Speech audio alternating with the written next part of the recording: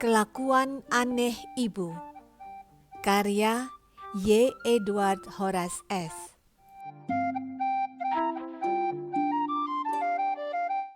Saya tidak ingat betul sejak kapan ibu melakukan perbuatan aneh itu. Saya hanya ingat sejak saya sadar orang di depan saya akhir-akhir ini adalah ibu. Wanita yang bersusah payah melahirkan saya, berteriak begitu kencang sampai-sampai kaca jendela ruangan operasi bergetar. Dan beberapa wanita berpakaian biru dan bersarung tangan putih begitu lelah menenangkannya.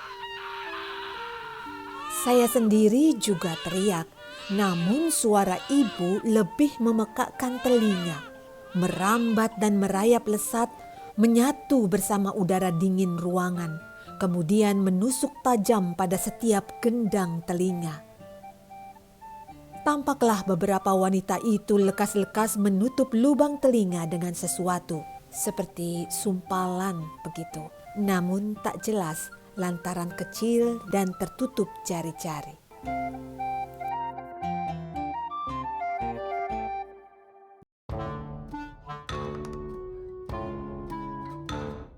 Jujur, saya sangat tidak suka dengan kelakuan aneh ibu. Entah siapa yang mengajarinya. Untuk apa dia melakukannya?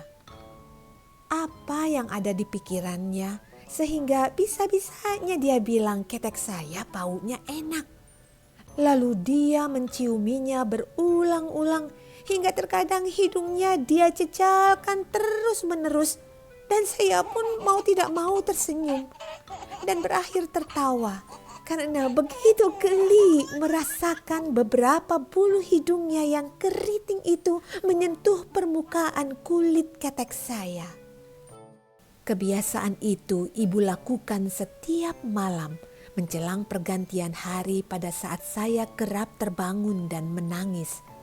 Sekarang mengapa begitu sering dia lakukan? Mau pagi, siang, malam, mau saya melihat TV atau tertidur, selalu saja ibu menempelkan hidungnya dan terus membaui ketek saya, baik kiri maupun kanan. Mula-mula ibu lihat dulu dengan cermat lewat matanya betapa ketek saya terlihat mungil, kenyal, dan bersih.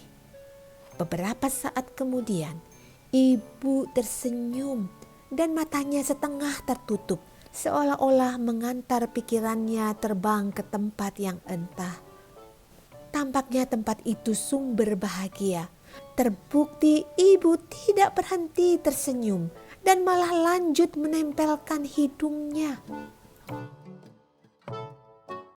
Apakah ketek saya mengandung sesuatu yang memabukkan sehingga ibu kerap ketagihan?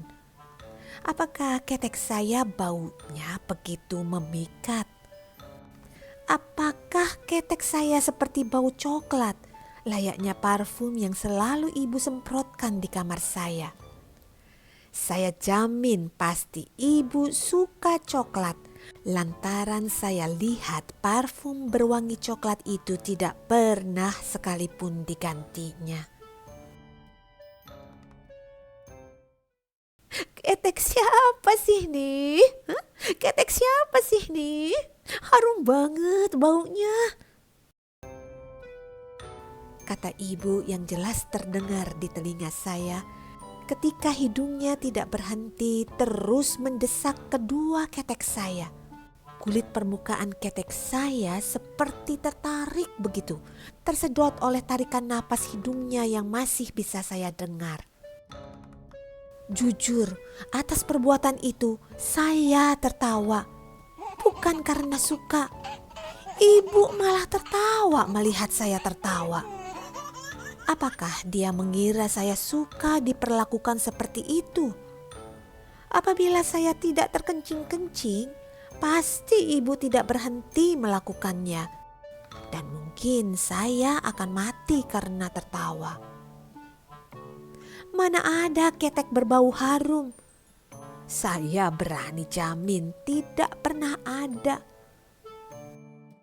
Pernah suatu ketika saya mencium ketek ibu ketika ibu sedang berbincang dengan tetangganya, dan dia mendekap saya dengan selendang coklat yang diikat pada pundaknya begitu kencang sehingga saya tidak bisa bergerak. Badan saya bersentuhan lekat dengan dadanya dan kepala saya tepat berada di depan keteknya. Tidak berapa lama, dalam ayunan badannya ke kanan ke kiri, saya langsung tertidur. Bagaimana tidak? Itu begitu memabukkan, membuat kepala saya pusing. Ketek ibu bau apek. Ditambah lagi goyangannya yang semakin kencang membuat saya jatuh pingsan. Setengah sadar, malah saya dengar ibu berbicara sesuatu yang sulit saya percayai. Anak pintar, tidurlah anak pintar, mimpi indah ya nak. Ibu mengira saya tertidur, padahal saya pingsan. Apa ibu tidak sadar keteknya bau apa? Selain ketek, telapak kaki saya pun suka sekali ibu ciumi.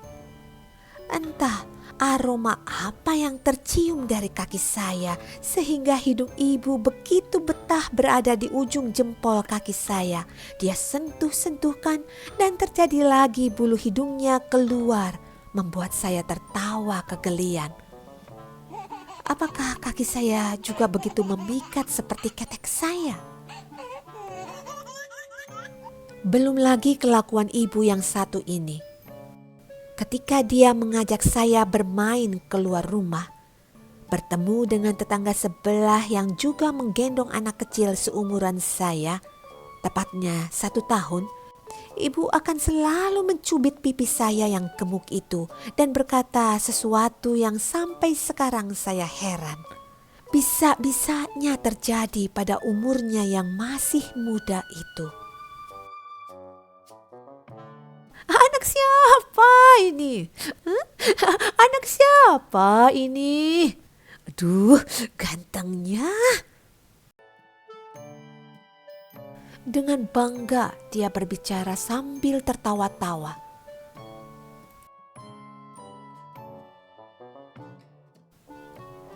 Apakah ibu sudah pikun? Di usianya yang belum banyak keriput itu, apa ibu gampang lupa?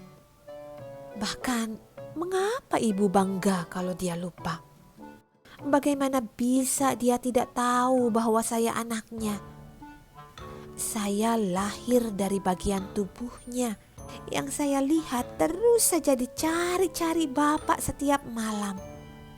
Ketika saya hendak memejamkan mata di sebuah kotak kecil di sudut kamar, saya amati benar peristiwa itu.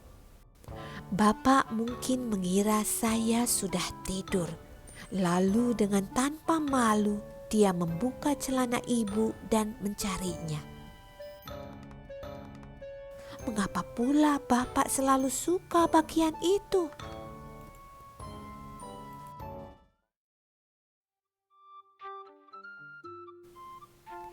Ingin sekali saya menyampaikan ketidaksukaan saya atas perilaku ibu. Ingin sekali saya ibu mengerti dan tidak lagi mengendusi ketek dan kaki saya. Ingin sekali saya ibu menyebut dan mengakui saya adalah anaknya di depan para tetangga. Namun apalah daya, ingin hanya tinggallah ingin. Tak pernah ingin saya bersambut dengan pengertian ibu. Saya sudah berusaha, namun sia-sialah yang saya dapat. Setiap saya berkata hendak mengeluarkan semua keberatan, lidah saya hanya bisa berucap, "Mak, Pak, Mak, Pak," dalam suara yang belum begitu jelas dan selalu ditanggapi ibu dengan nada gembira. "Bagus nak, kamu sudah bisa ngomong sekarang.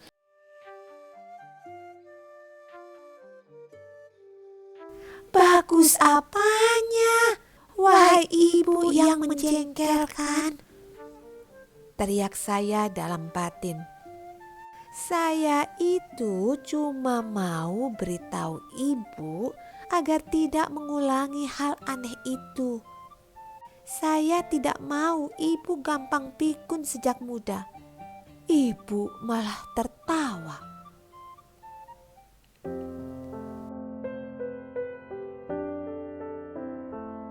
Berganti hari, masih saja ibu melakukan semuanya.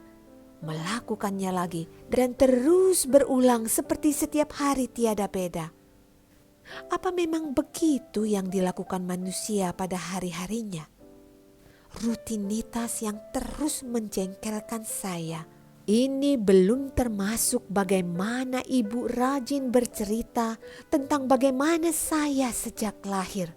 Bahkan sampai saya besar, masih saja diceritakannya. Terus saja ibu lakukan hal-hal itu dan malah menjadi ketika saya dibawanya pergi arisan. Tampaknya ibu amat bangga mengenalkan saya ke teman-temannya. Ya, mengenalkan dengan terus menjengkelkan. Ah, ibu, bisakah ibu berhenti atas semua yang ibu lakukan ini?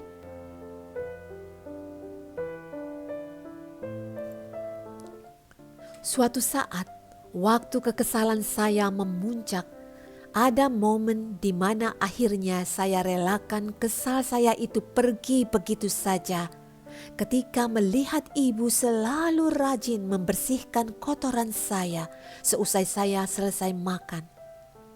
Lalu ia menyeduh air panas, menaruh beberapa sendok susu, mengaduknya dan menuangkan pada sebuah botol kecil dengan ujung yang begitu kenyal seperti milik ibu.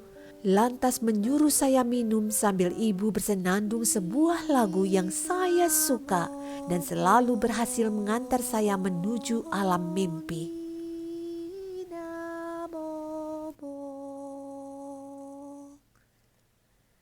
Kalau tidak bobo.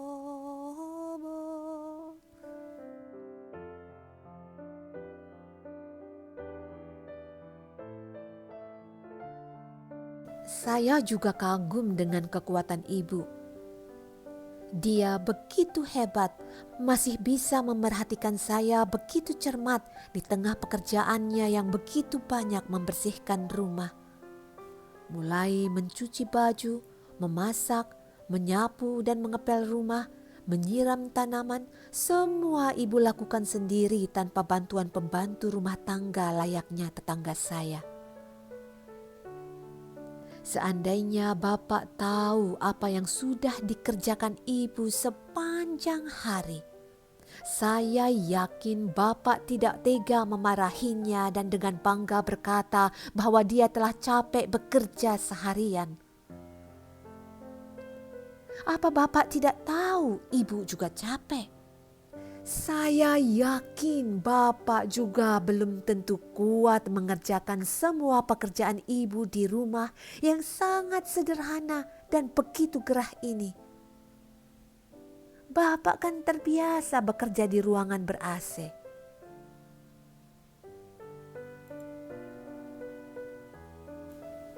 Karena itu semua, saya mulai anggap wajar kelakuan aneh ibu.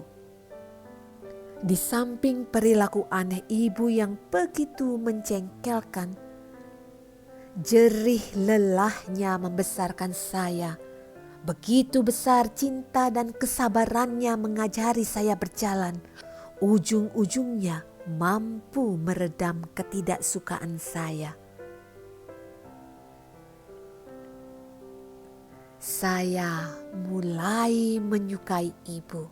Satu-satunya wanita yang selalu hadir untuk saya tanpa memandang waktu dan merelakan dirinya begitu saja melakukan segala sesuatu demi kebahagiaan saya.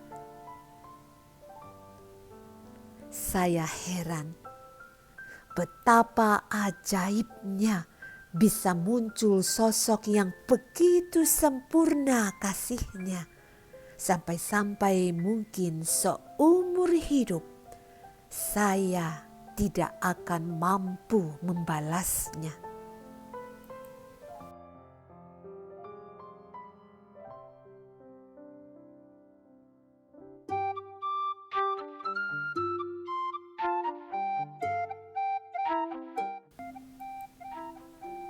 Namun, tetap saja saya pastikan ketika bisa berkata dengan jelas, saya akan bilang ketek ibu itu begitu apek. Saya tidak mau nanti bila muncul bayi yang menjadi adik saya, dia mengalami peristiwa yang sama dengan saya. Pingsan di ketek ibu. Setidaknya ibu pakai deodoran lah. Jakarta, 25 Maret 2021.